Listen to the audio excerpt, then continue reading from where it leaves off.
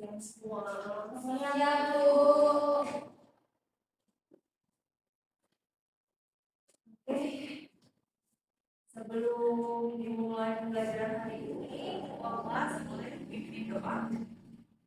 Akhir. Oke, baik teman-teman. Sebelum mulai pembelajaran, alangkah baiknya kita berdoa lalu kita masing-masing berdoa dimulai. Berdoa selesai. Oke, terima kasih Ambil. Hari ini kita akan melanjutkan materi masih sama materi tentang puisi ya.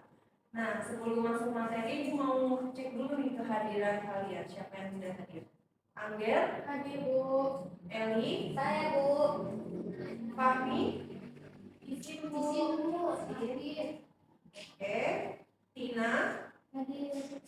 Siti Khadijah, Hadir, Bu. Virgi, Izin, Bu. Oke, baiklah kalau gitu.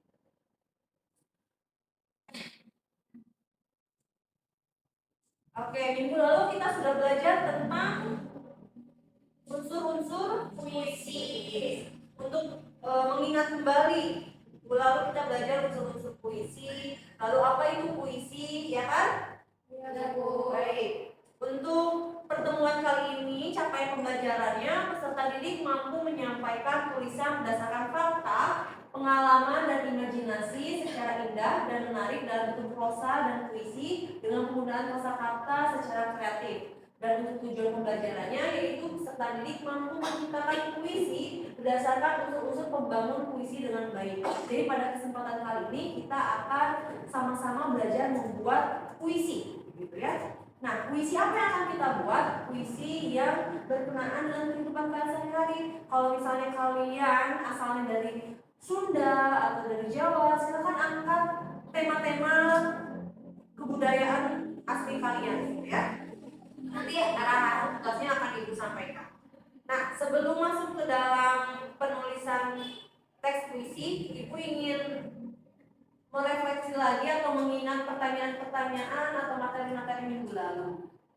Oke, apakah kalian pernah menulis puisi sebelumnya? Pernah ya, pasti kalau kalian bikin caption di internet, di Instagram misalnya mau upload foto pemandangan, pasti kalian buat kalimat-kalimat indah kan di bawahnya. Nah itu secara sederhana ya itu termasuk puisi baru begitu, tidak terikat dengan aturan-aturan, tetapi kalian sudah mampu menuangkan perasaan kalian ke dalam sebuah kalimat yang indah untuk menggambarkan foto yang sudah kalian akan upload atau video yang akan kalian upload di media sosial kalian. Jadi secara tidak langsung kegiatan menulis puisi ini ya sudah biasa kita sering jumpai gitu ya. Apakah kalian pernah mendengar pembacaan puisi?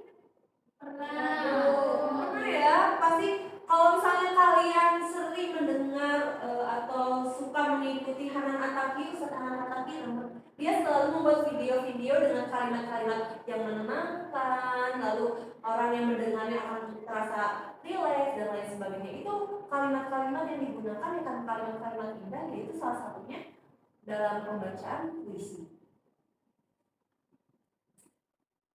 Oke, untuk mengingat kembali apa itu puisi, apa sih bedanya puisi dengan teks-teks yang lain?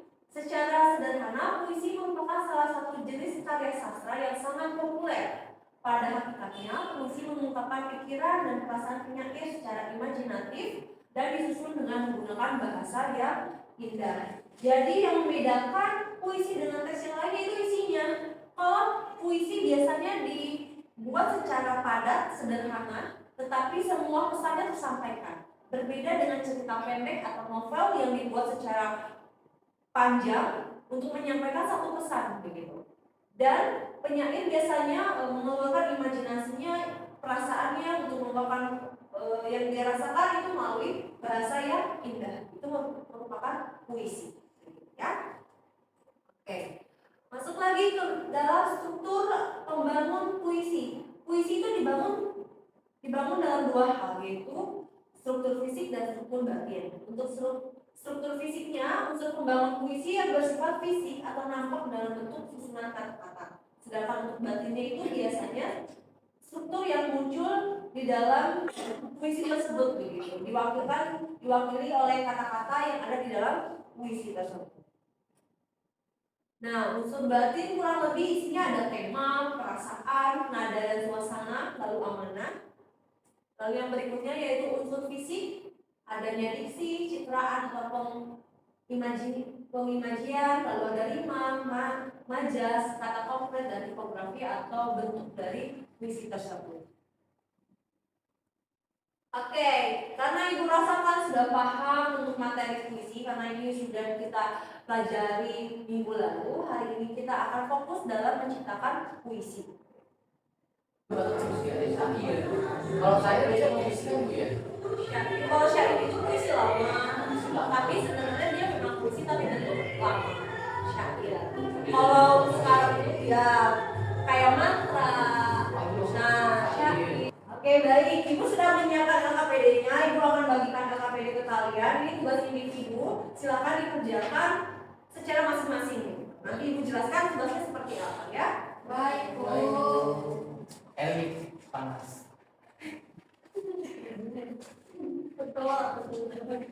Nah, silakan kalian perhatikan untuk LKPD-nya. Tujuan pembelajarannya sudah sangat jelas. Ibu jelaskan dari awal bahwa peserta didik mampu menciptakan puisi berdasarkan unsur-unsur pembangun puisi. Unsur-unsur pembangunnya ada dua, yaitu fisik dan batin, gitu ya. Lihat petunjuk dalam mengerjakan tugasnya. Yang pertama, buatlah puisi dengan tema keragaman budaya Indonesia. Di awal kan ibu pernah ya meminta kalian untuk mengumpulkan biodata. Silakan kalian buat puisi dengan tema atau ide dasarnya itu tentang budaya yang kalian miliki. Misalnya budaya ibu asal dari Sunda. Ibu mau angkat tentang acara nikahan orang Sunda, misalnya membuat puisi seperti itu. Acara yang disesuaikan dengan budaya atau latar belakang ibu begitu. Kalau kalian dari suku Batak, suku Betawi, silakan buat puisi yang memang bisa mengangkat budaya yang kalian miliki, gitu ya. Oke. Lalu yang kedua, tulislah puisi dengan memperhatikan unsur-unsur pembangun puisi. Dan yang ketiga, kerjakan pada lembar yang telah disediakan. Baik? Paham ya semua? Paham. Jadi sekarang boleh mengerjakan tugas membuat puisi sesuai dengan latar belakang masing-masing. Oke. Silakan kerjakan. Silakan ya.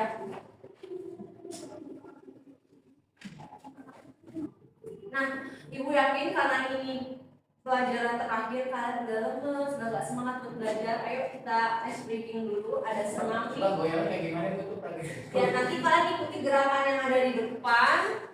Ya udah ikuti nanti gerakan yang ada di depan. Baik Bu, supaya kalian semangat lagi.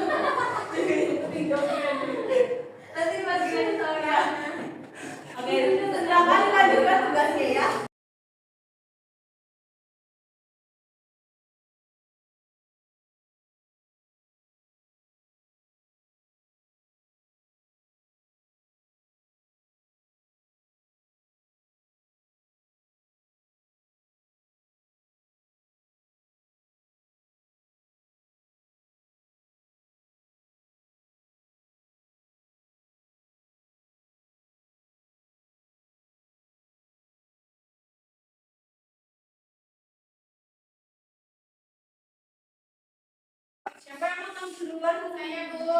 Udah greget bentar lagi Cina waktunya. Ya. Saya diusir. Siapa yang mau tahu dulu? Oke, Assalamualaikum warahmatullahi wabarakatuh. Saya membacakan puisi yang saya buat. Judulnya Sekaten Simbol Sedekah Raja. Siapa yang tahu hiruk pikuk masyarakat kota Yogyakarta menyambut datangnya sebuah perayaan, bulan Maulud pun telah tiba. Gamelan pun ditabuh dalam dua rancak, pertanda menanda perayaan kelahiran Nabi, disertai pembacaan naskah riwayat. Upacara begitu sakral syarat dengan mitos. Perpaduan antara dakwah dan seni, masyarakat yakin dan percaya. Gunungan adalah sedekah sang raja. Gunungan tinggi menjulang di anak warga. Masyarakat pun berebut untuk mendapatkannya. Terima kasih. Assalamualaikum. Oke, hasil kerja Agnes luar biasa ya. Tepuk tangan dulu.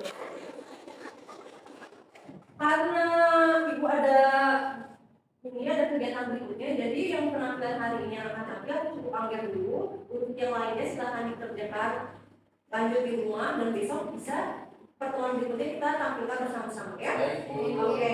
Ibu hanya ingin menekankan ke kalian bahwa belajar puisi ini bukan berarti kita hanya mengungkapkan perasaan kekesalan kita, kesedihan kita, gitu, rasa kekecewaan kita, tetapi dengan belajar puisi kita juga bisa belajar budaya teman-teman kita gitu. Tadi kita sudah belajar bahwa Anggrek itu ternyata dari orang Jogja. Orang Jogja itu ternyata punya upacara adat untuk memperingati hari lahirnya Nabi Muhammad SAW. Jadi dari belajar puisi kita bisa tahu oh ada budaya atau ada kebiasaan upacara adat yang sering dilaksanakan oleh orang Yogyakarta.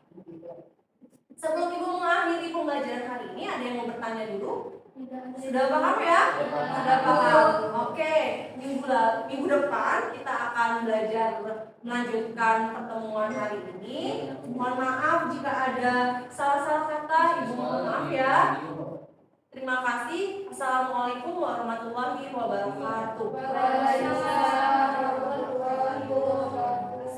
Iya, jangan lupa ya dikerjakan tugasnya ya. Iya.